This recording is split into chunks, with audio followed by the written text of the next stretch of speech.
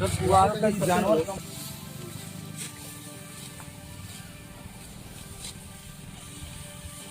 Crop cutting के और वो पराली वाला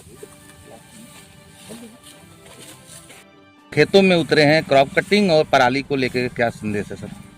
देखिए, क्रॉप कटिंग ये सभी अधिकारी जो भी राजस्व विभाग के अधिकारी हैं सभी को किया जाना मैंडेटरी होता है। इसलिए जो हमारी क्रॉप कटिंग है, मैं खुद आके अपने सामने यहाँ पे क्रॉप कटिंग करवा रहा हूँ और इसके बाद इसका वेट किया जाएगा और इसके आधार पे एक औसत उपज क्या है इसका आकलन किया जाएगा।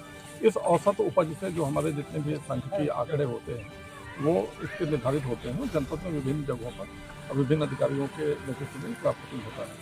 तो आने का उद्देश्य यही है कि क्रॉप कटिंग में स्वयं मैं यहाँ पे मौजूद रहूँ और यहाँ पे ग्रामवासियों से भी हमने वार्ता की है और धान की फसल को भी देखा है। विशेष रूप से सभी लोगों से हमने ये अपील की है कि काटने के बाद किसी भी दशा में जो पराली है या जो अपशिष्ट है धान का वो जलाए नहीं और जलाने पर उसके दुष्परिणाम होंगे। तो सभी लोग चाहे वो मशीन से या हाथ से जैसे भी काट करें लेकिन उसको पराली को किसी भी केस में न जलाए। अभी तक जो हम लोगों का जो औसत आ रहा है जनपद का वो 40 क्विंटल प्लस आ रहा है प्रति हेक्टेयर। इसको भी हम देखेंगे कि यहाँ पे कितना आ रहा है और इन बिटवीन 40 to 47 या 48 प्रति हेक्टेयर जो आ रहा है।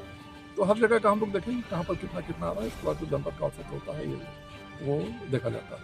तो क्रॉप कटिंग सभी राजस्व अधिकारियों के लिए एक सर्वाधिक महत्वपूर्ण होता है जिसमें कि राजस्व विभाग का और कृषि विभाग का ये हम लोग इससे आंकड़े तैयार करते हैं और इसी वजह से आप सर बात कर रहे हैं या इस तरह का अगर किसानों के साथ होता है तो उसके लिए सरकार की क्या योजना है? निश्चित रूप से जो ये क्रॉप कटिंग का हमारा रिजल्ट आएगा और उसमें जो औसत उपज जो आ रही है और उस उपज से यदि किसी गांव में कम उपज हुई है और वो लोग यदि हमारे आच्छादित हैं तो उनको उसका डिफरेंस जो डिफरेंशियल रेट है वो मिलेगा।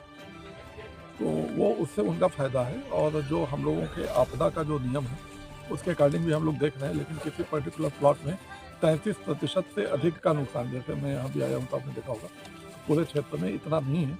तो जिस वजह से जो एक मेजर जो दैवीय आपदा के अंतर्गत दिए जाने वाला थे वो नहीं मिलेगा। लेकिन जो हमारा प्रति गांव जो औसत उपज में जो अंतर है उसमें जो भी हमारे केसीसी किसान क्रेडिट कार्ड के होल्डर्स हैं और जिनके जो भी बीमित हैं वो उनको उसके डिफरेंस का उसको बेनिफिट मिलेगा और ये इसके लिए ही महत्वपूर्ण है। तो इसी वजह से